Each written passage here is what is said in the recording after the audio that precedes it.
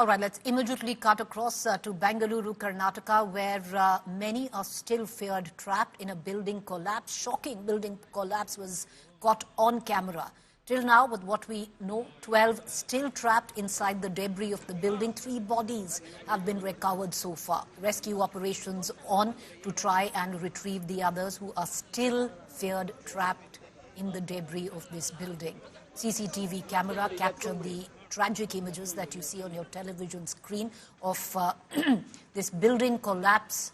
It's a building which was under construction, and you can see it just fall like a pack of cards. 12 people right now trapped in the debris. 3 bodies have been retrieved. My colleague Sagai Raj is joining us live from the collapse site in Bengaluru. Sagai, what more can you add?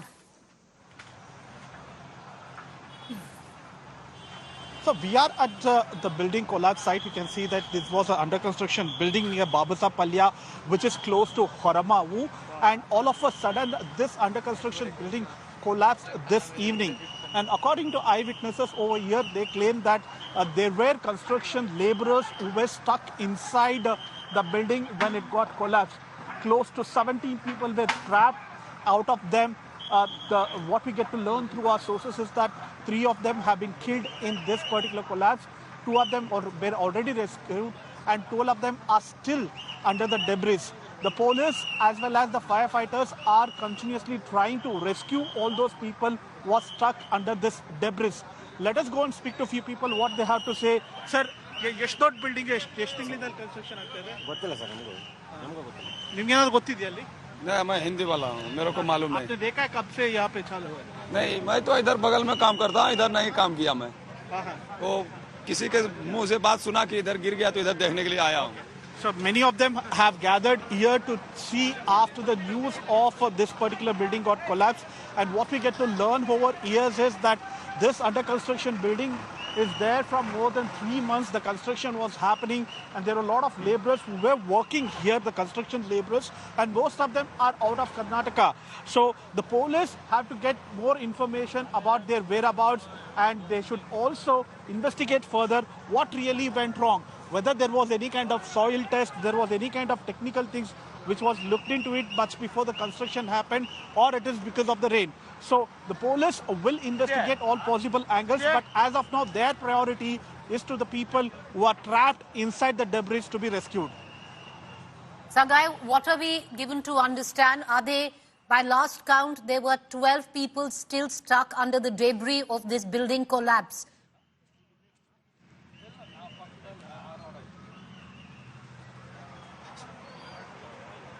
Sorry, Preeti, sorry. What's the number trapped, Sagai, right now? Now, according to official number, what we get to learn is 17 who were inside the building. 12 of them are still trapped. 3 of them were killed after this particular building collapsed, and 2 of them were rescued by the police, but still the rescue operation continues over here at Babasapalya. Sagai, give us a sense. It seems to be raining in that area. That would have hampered rescue operations. What, is the police telling you? The rescue operations clearly on a war footing. What kind of machinery is there? Because, it's a race against time if the 12 trapped need to be taken out. So if you notice here, right now they are using JCBs to clear all the debris.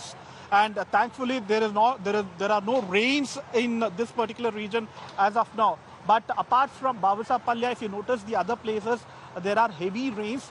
There is only drizzle right now here at Babasapalya. There are no heavy rains, so there is no hurdle for them for any kind of rescue operation. The police, firefighters, and other rescue operation personnel are here at the spot, and they are using all possible machineries, including JCBs, gas cutters, and other things to ensure that they rescue all those people who are trapped inside this debris.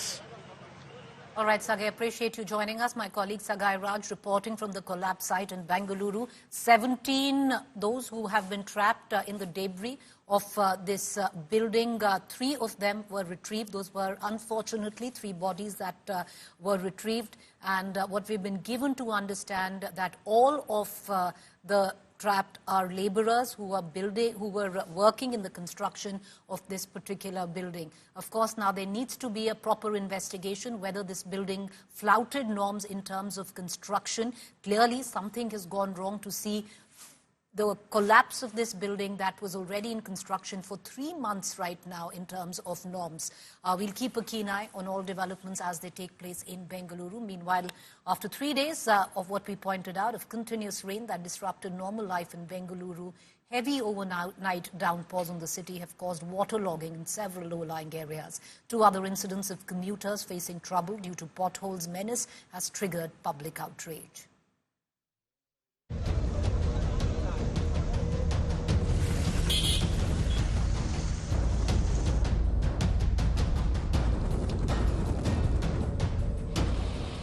Streets waterlogged,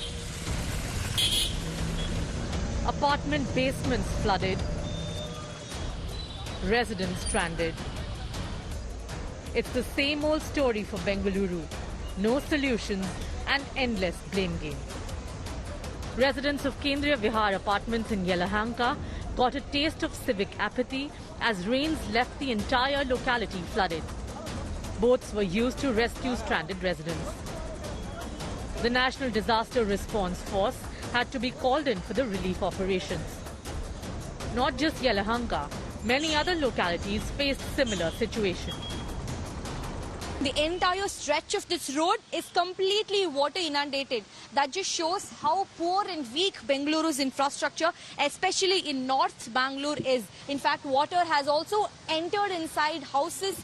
You know, people have been saying that their halls were flooded, water has flown inside their kitchens, completely making a mess out of the whole situation.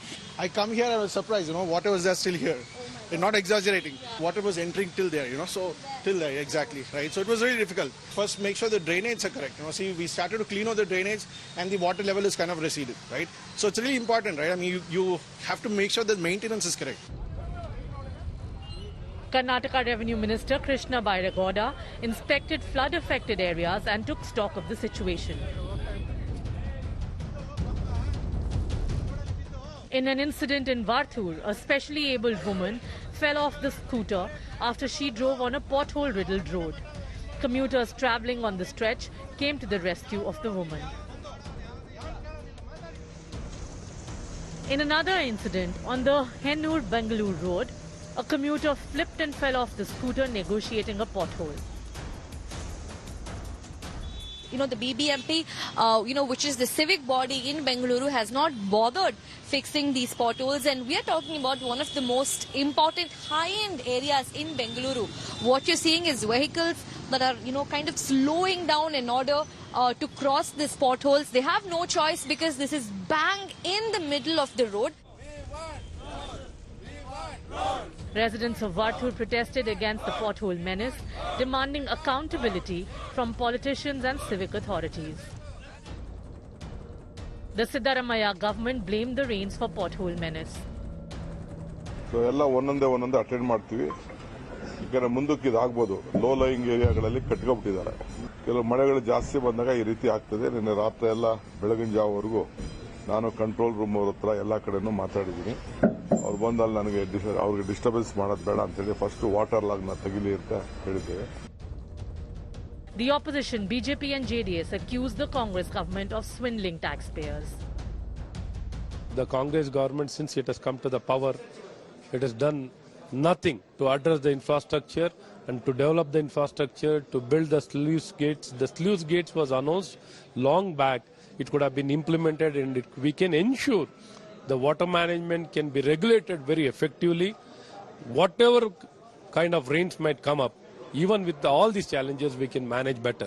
One can only truly wonder how this huge pothole right in the middle of the road has managed to miss the eyes of BBMP commissioners and officers who boast so highly about the meetings that they have been holding on Bengaluru's pothole situation. But looking at the reality, it really looks like not much is being discussed in the meeting. With camera person Madhuwar, Anaga Keshav reporting for India Today from Bangalore. Let's quickly move on and get you the latest coming in from the BRICS summit. Was a big Modi-Putin moment on display in Russia. In the third meeting between the two leaders, Prime Minister Modi and his Russian counterpart, President Vladimir Putin, held bilateral talks on the sidelines of the BRICS summit. Prime Minister Modi reiterated his message of peace to Vladimir Putin amidst Russia's ongoing war with Ukraine, batting for dialogue and diplomacy.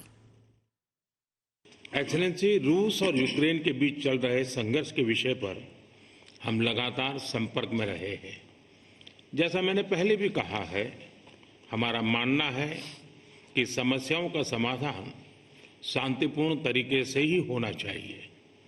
शांति और स्थिरता की जल्द से जल्द बहाली का हम पूरी तरह समर्थन करते हैं।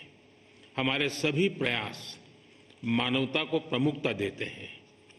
आने वाले समय में भी भारत हर संभव सहयोग देने के लिए तैयार है। एक्सेलेंसी, पिछले 3 महीनों में मेरा 2 बार रूस आना हमारे करीबी समन्वय और गहरी मित्रता को दर्शाता है। जुलाई में मॉस्को में हुई हमारी एनुअल समिट से हर क्षेत्र में हमारे सहयोग को बल मिला है। Государства стояли у истоков создания объединения. हम रूस और भारत के बीच जो सहयोग चल रहा है, हम वो बहुत महत्वपूर्ण मानते हैं। И очередное заседание межправкомиссии намечено на 12 ноября в Нью-Дели. और 12 दिसंबर को नई दिल्ली में अंतर सरकारी आयोग की अगली बैठक होने वाली है। Последовательно развиваются крупные проекты. हमारी बड़ी परियोजनाएं लगातार विकसित हो रहे हैं। И мы приветствуем ваше решение открыть в Казани Генеральное консульство Индии. और जो आपने कजान में भारत का कौंसल जनरल खोलने का निर्णय लिया, हम इसका स्वागत करते हैं। Расширение дипломатического присутствия Индии в России будет способствовать дальнейшему развитию двусторонних отношений. भारत के कूटनीतिक उपस्थिति से हमारे सहयोग को फायदा मिलेगा। Уважаемый господин премьер-министр, мы очень рады видеть и вас, и всю вашу представительную команду в России. माननीय प्रधानमंत्री जी, हम आपको और आपकी प्रतिनिधि मंडल रूस में देखने से हमको बड़ी खुशी है।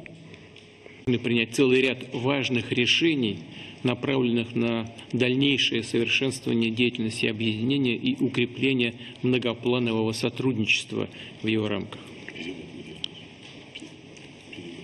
माननीय प्रधानमंत्री जी, у нас такие отношения, что я считал, что вы и так все понимаете. हमारे इतने रिश्ते हैं कि मुझे ऐसा लगा कि आपको कोई अनुवाद नहीं चाहिए।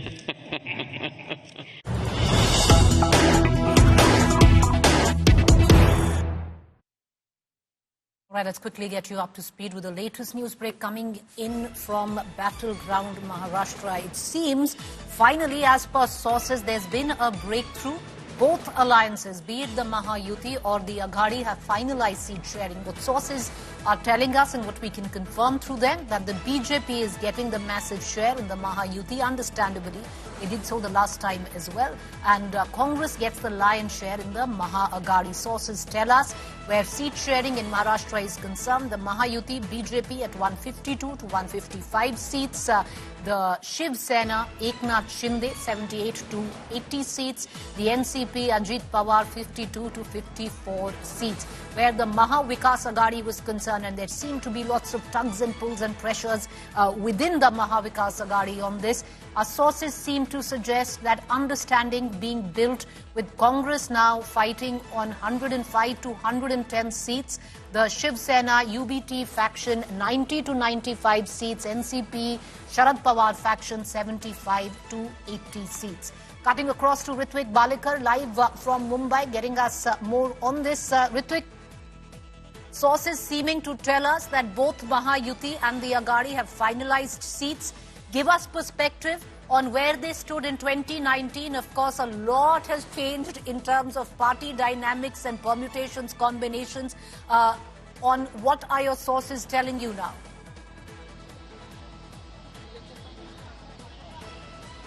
Absolutely, it's been a very difficult task for both Mahayuti and Mahavikas Aghadi to finalize the seat distribution for the upcoming assembly polls, because out of 288 seats, each party wants to contest as many as seats possible. And after Lok Sabha result, we saw that the spirit was high for MVA, and we saw that the race between UBT Sena and Congress was seen over who will be the bigger brother in the alliance. So after 2 days of deadlock over seat distribution, finally the talks has resumed today after mediation of senior Sharad Pawar and Congress leader Balasaheb Thorat.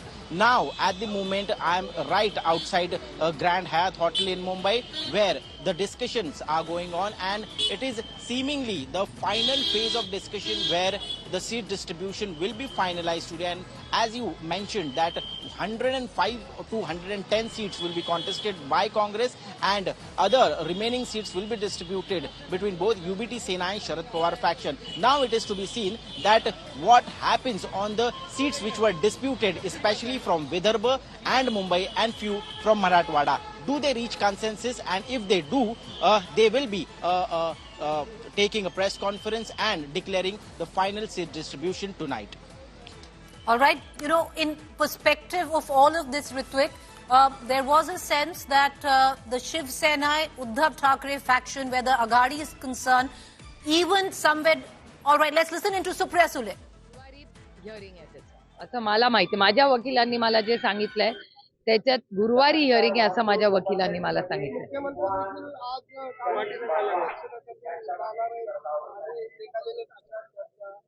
मला याचं माहिती नाही. पुढच्या 2-3 दिवसात तुम्हाला सगळ्याच list म्हणजे महाविकास आघाडीच्या सगळ्याच उमेदवारांची लिस्ट 1-2 दिवसात तुम्हाला कळेल. All three parties or the constituent parties in MVA will be declared in next 2 days. जे लोकांच्या मनात असेल आणि त्यांचे सेवक असतील पुढचे 5 Mahavikas Aghadi will give tickets to those candidates who are in the heart of the people.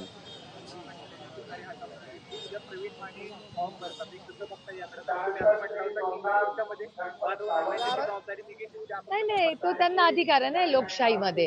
मला जे काय थोडंसं आठवतंय, माझ्या इलेक्शन मध्ये तुम्हीच त्यांचा इंटरव्ह्यू घेतला होता, जेव्हा माझ्या प्रचारात तुम्हीच मला कळवलं होतं की ते म्हणजे तुमच्याच चॅनलवर मी पाहिलं होतं की माझ्या since last Lokasabha elections. Correct, हे तुमच्याच चॅनलवर मी पाहिलेली बातमी आहे. त्याच्यामुळे ठीक आहे, लोकशाही आहे. अर्धा प्रचार माझा केला, अर्धा विरोधकांचा केला. There are so many who were प्रत्येकाला अधिकार आहे. promoting Mahayuti in recent Lok Sabha elections are with us now. मी स्वतः अनेक वेळा विनंती केलेली होती आणि म्हणजे आप्पासाहेबांना तिकीट मिळावं अशी आप्पासाहेबांची इच्छा होती आणि ती पूर्णपणे रास्तही होती.